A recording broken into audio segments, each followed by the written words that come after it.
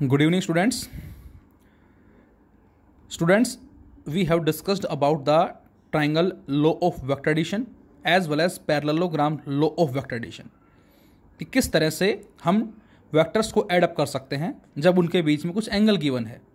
तो जिसको हमने head tail as well as tail tail combination का नाम दिया था, और जहाँ से रिजल्ट जो हमें मिला था उससे मिला था बेटा, चाहे वो ट्राइंगल लॉ हो और चाहे वो पैरेललोग्राम लॉ हो, दोनों से जो हमें रिजल्ट वेक्टर जो आर था, जिसको ए वेक्टर प्लस बी वेक्टर लिखा था हमने, और पाइथागोरस थ्योरम को कॉन्सेप्ट को यूज़ करके हमने सोल्व किया था, जिसका मैग्नीट्यूड कितना आया था बच्चों, जिसका मैग्नीट्यूड आया था R equal to a square plus B square plus 2ab cos theta. अब आप ये ना सोचें कि यहाँ पर 2 का रिजल्ट है, यदि यहाँ पर 2 की जगह 3, 4, 5, 6, 7, 8 एंड सो ऑन होते तो भी हमें रिजल्ट यही मिलता। कैसे, वो भी हम जरा बात करेंगे आगे। तो हम कुछ ऐसे करेंगे क्वेश्चंस में कि जितने भी हमें वेक्टर्स दे रखे हैं उन सभी को कन्वर्ट करके 2 की फॉर्म में लेकर आएंगे, और फिर हम इसके बिहार पे रिजल्ट को सोल्व कर लेंगे यहाँ से। और डायरेक्शन के लिए हमने सोल्व किया था b sine theta upon a plus b cos theta. Same बच्चों हमने parallelogram law of vector addition के कॉन्सेप्ट को यूज़ किया था, जहाँ पर हमने इसको टेल टेल कॉम्बिनेशन का नाम दिया था बेटा, और यहाँ से भी जो हमें रिजल्ट मिला था R which is equal to a square plus B square plus 2ab cos theta.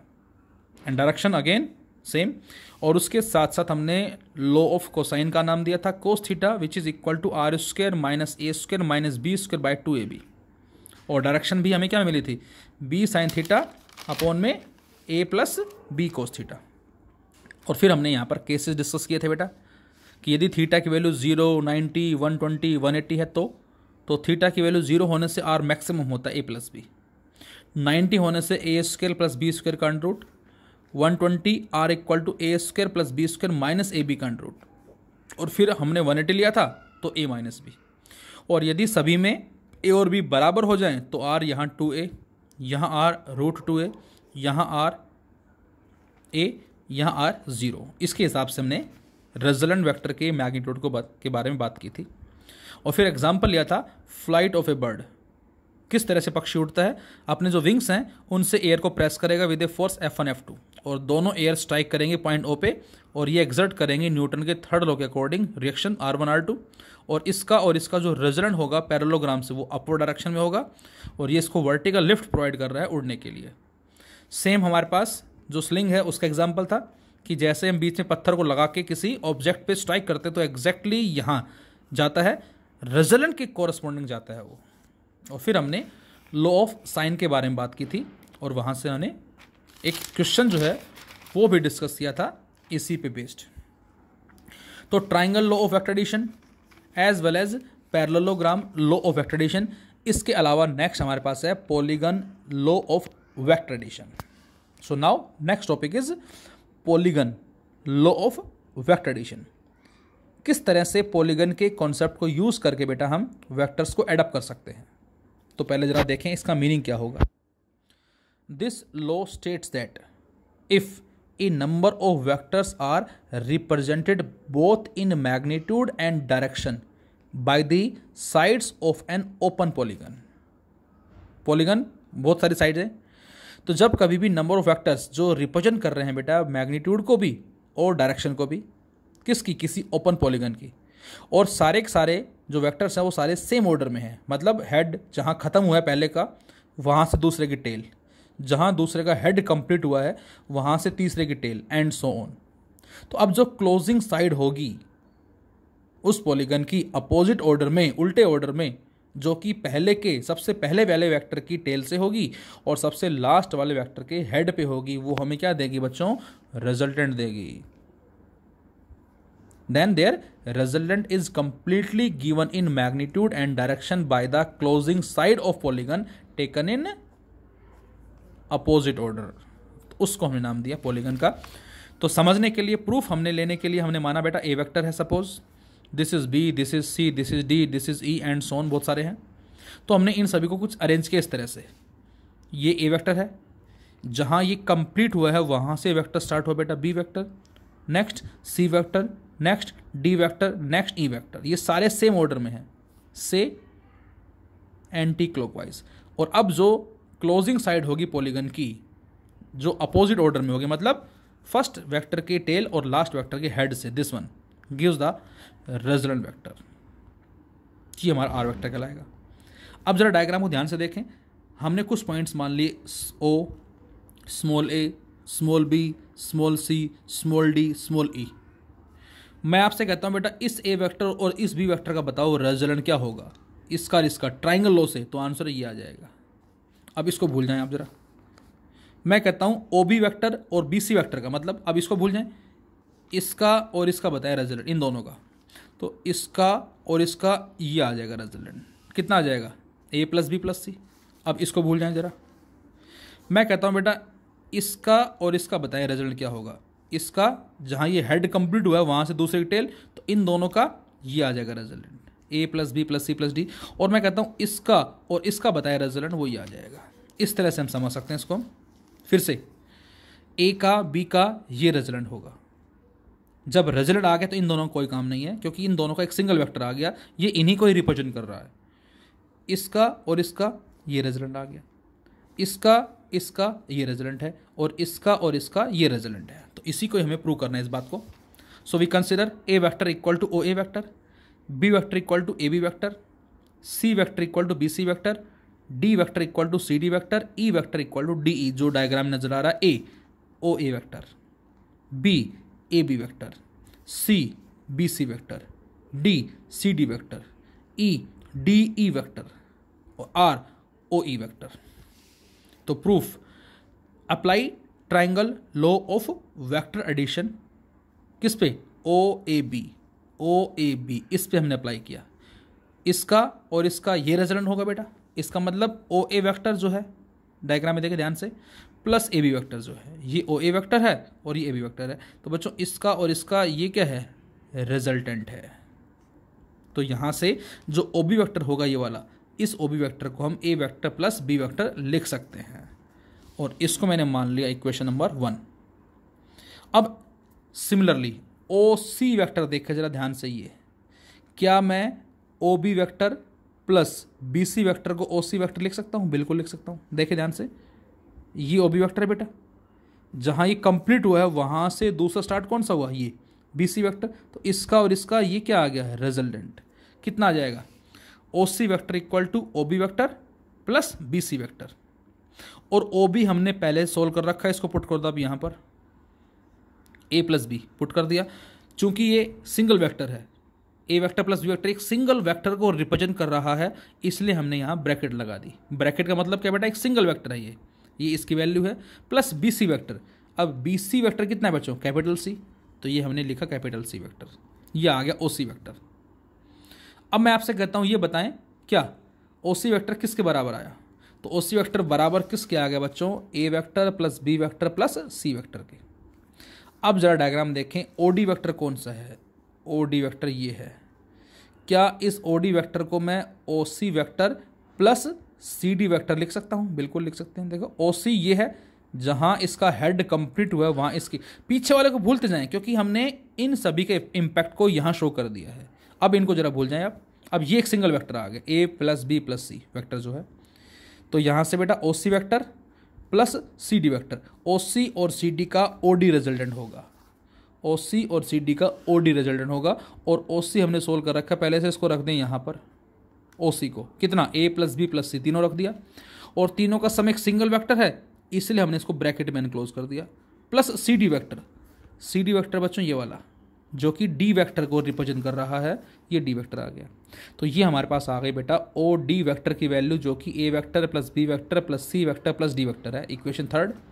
और फाइनली देखें ओ डी वेक्टर आ गया। अब ओ डी वेक्टर और डी ई वेक्टर, इसका और इसका बच्चों ये क्या कहलाएगा? रिजल्टेंट। किसका? O D plus D E equal to O E, O D plus D equal to O E, और ओ ई को हमने आर का नाम दिया। So R equal to A vector plus B vector plus C vector plus D vector, चारों का सम एक single vector है इसलिए हमने इसको ब्रैकेट में एनक्लोज कर दिया, और प्लस ई वेक्टर। और फाइनली हम ब्रैकेट हटा के लिख सकते हैं, जो कि आर हमारा एक फाइनल सिंगल रिजल्टेंट वेक्टर आ गया, which is equal to A vector plus B vector plus C vector plus D vector plus e vector. This proves the polygon law of vector addition. तो ये हमारा कहलाता है polygon law of vector addition.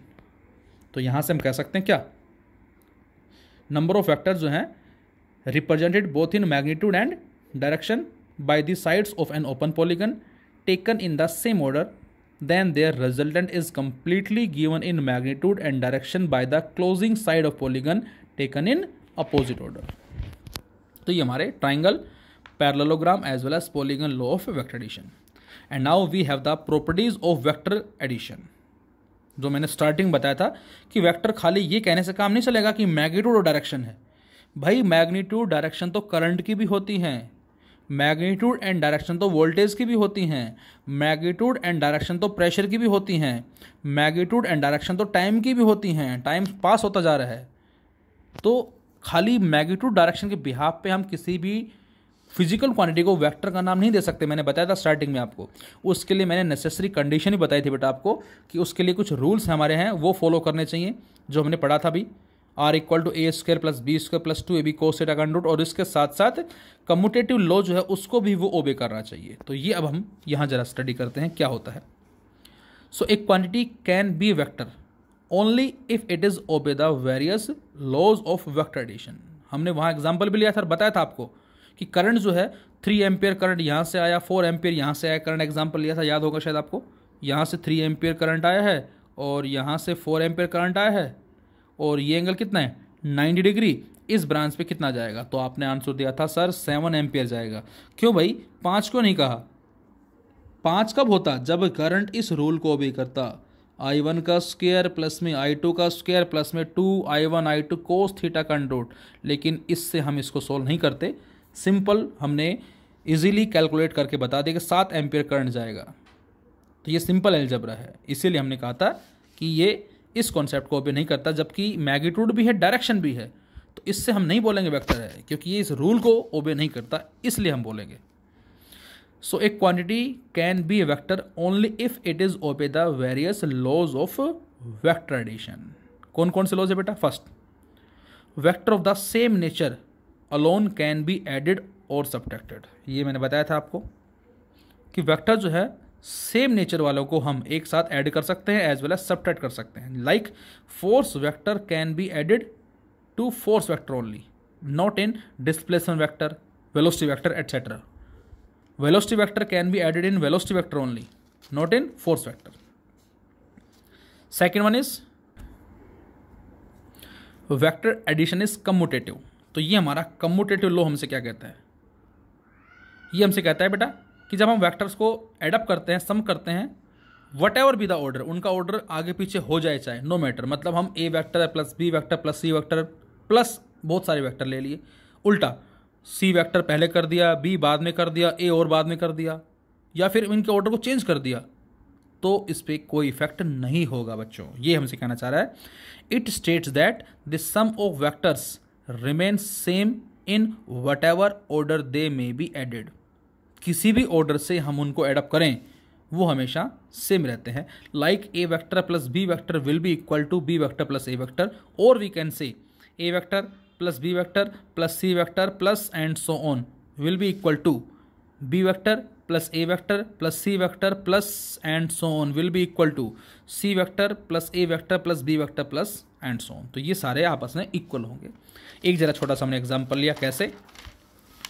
तो हमने वही same concept लिया, like parallelogram, जिसमें एक वेक्टर है ये बेटा, that is a vector, second one है दिस इज बी वेक्टर, इसको ओपी लिखा और इसको ओएस लिख दिया हमने।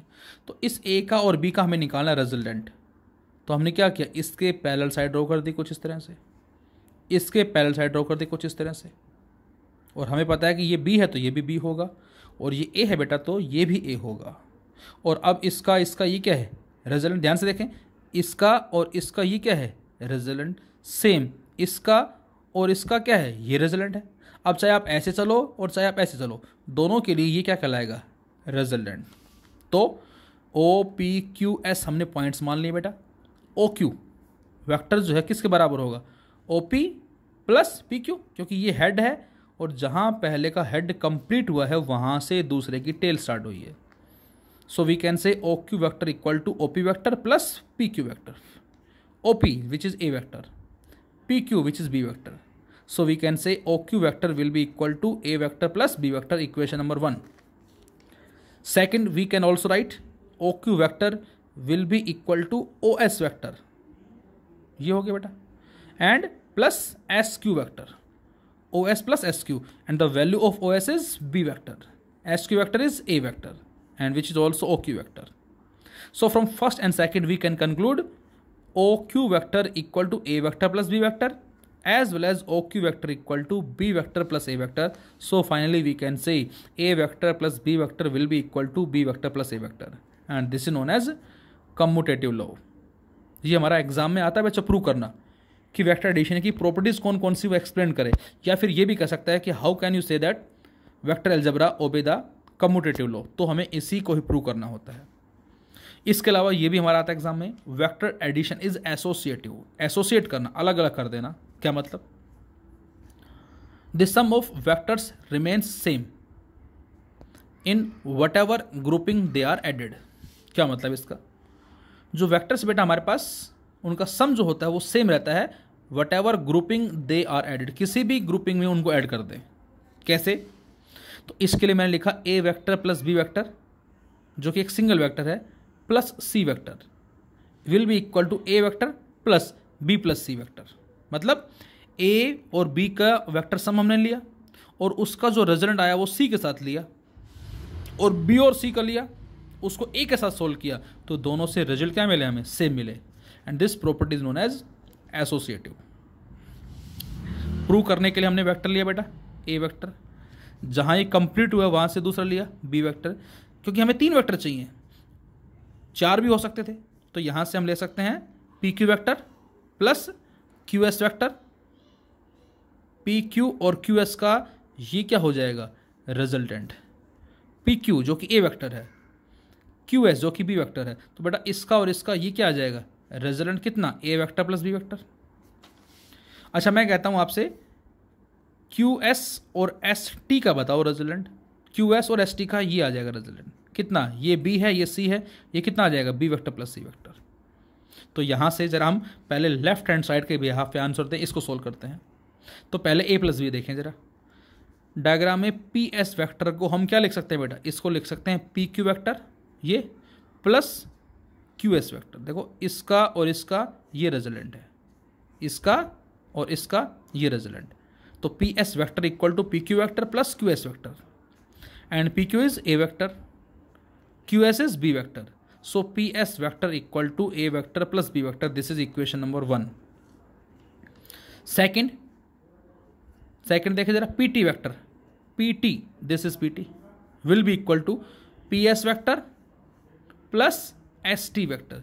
तो बेटा पी एस और एस टी का जो सम होगा वो इसके बराबर है, बिल्कुल है. तो यहां से पी टी वैक्टर कितना आ गया? पी टी वैक्टर देखे जरा, ये आ जाएगा पी एस वैक्टर जो हमने सोल्व कर रखा है पहले से, ए प्लस बी, जो कि एक सिंगल वेक्टर है, और प्लस में S T vector. S T कितना है? सी वैक्टर है. तो यहां से एक बार फिर से देखें, हमने पहले बेटा लिखा P Q vector plus Q S vector equal to P S vector. ये पी एस वैक्टर आ गया जो कि A vector plus B vector आया. फिर हमने लिया second P S vector plus में S T vector. P S और एस टी का ये क्या है? रिजल्टेंट है, और हमने इस पी एस की वैल्यू को रखा यहाँ, जो कि A vector plus B vector है, जो कि सिंगल वैक्टर है, इसलिए इसको हमने ब्रैकेट में एनक्लोज कर दिया, और प्लस एस टी वैक्टर जो कि सी वैक्टर है. तो ये हमारा आ गया पी टी वैक्टर, जिसको हमने आर वैक्टर का नाम दिया. अब जरा पहले लेते हैं बी प्लस सी. अब बी प्लस सी कौन सा बेटा? ये है. तो पहले हमने लिया Q S vector plus S T vector. तो Q S vector plus S T vector बराबर किसके होगा? क्यू टी वैक्टर के. Q S vector plus S T vector बराबर किसके होगा? क्यू टी वैक्टर के. अब क्यू एस वैक्टर बताएं कितना है जरा? Q S vector is b vector, S T vector कितना है? C vector. तो इसका मतलब क्या आ गया बेटा? ये बी वैक्टर है, ये सी वैक्टर है, तो ये क्यू टी वैक्टर आ गया b vector plus c vector. कौन सा? ये क्यू टी वैक्टर आ गया. अब इनको भूल जाए जरा.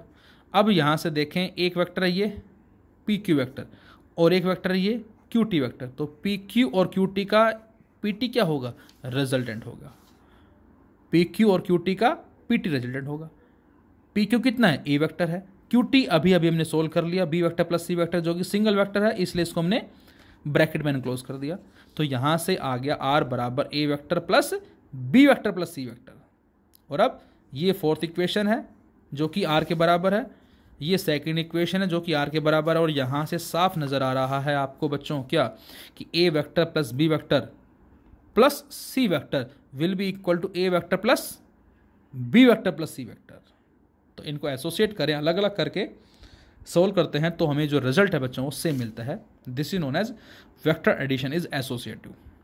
और इसके साथ साथ vector addition is distributive, distribute कर देना। जैसे हम सिंपल मल्टीप्लिकेशन पढ़ते आए हैं अभी तक, like 2 into x plus y, तो 2x प्लस 2y लिख सकते हैं हम। तो उसी तरह से बेटा हमारा वेक्टर का सम है और बाहर कोई हमारे पास फैक्टर दे रखा है से lambda, so we can also write lambda into a vector plus में लैम्डा इंटू बी वेक्टर। इस तरह से भी हमें आगे क्वेश्चन जो है वो मिलेंगे। So these are the properties of vector addition. तो बच्चों आज के हमने इस वीडियो में स्टडी किया है about polygon law of vector addition को, जिसमें नंबर ऑफ वेक्टर्स ऐड हो रहे हैं हेड टेल कॉम्बिनेशन के बिहाफ पे, जो किसी भी पॉलीगन की ओपन साइड्स को रिप्रेजेंट कर रहे हैं। तो जो हमने क्लोजिंग साइड ली है, क्लोजिंग साइड फर्स्ट वेक्टर की टेल से और लास्ट वेक्टर की हेड से, वो हमें बच्चों दे रही है क्या, रिजल्टेंट वेक्टर, और जिसकी वैल्यू आती है R vector equal to A vector plus B vector plus C vector plus D vector plus e vector. फिर हमने स्टडी किया प्रॉपर्टीज ऑफ वेक्टर एडिशन, जिसमें फर्स्ट प्रॉपर्टी हमारी क्या थी, vector of the same nature alone can be added, force vector can be added to force vector only. Vector addition is commutative, इसका मतलब whatever be the order result will be same. A vector plus B vector will be equal to B vector plus A vector, or we can say A vector plus B vector plus C vector and so on will be equal to B vector plus A vector plus C vector plus and so on will be equal to C vector plus A vector plus B vector plus and so on. All these are will be same. Example हमने लिया parallelogram के behalf पे, A plus B solve किया बेटा हमने, वो R के बराबर आया, और B प्लस A सोल्व किया वो भी R के बराबर आया। So we can say A vector plus B vector will be equal to B vector plus A vector. And third one is vector addition is associative. A vector plus B vector को solve करके C से simplify किया, वो बराबर आया B और C को solve करके A से सिंप्लीफाई करते हैं हम। इस तरह से यहाँ हम जरा डायग्राम में देखो बेटा, हमें पहले A प्लस बी को सोल्व कर, A और B को सोल्व करना है। अब ये A है ये B है, तो सीधा सीधा ये रिजल्ट आ गया इसका, ये जो रिजल्ट आएगा ये इन दोनों की जगह आ गया। अब इसका और इसका ये आ जाएगा फाइनल रिजल्टेंट।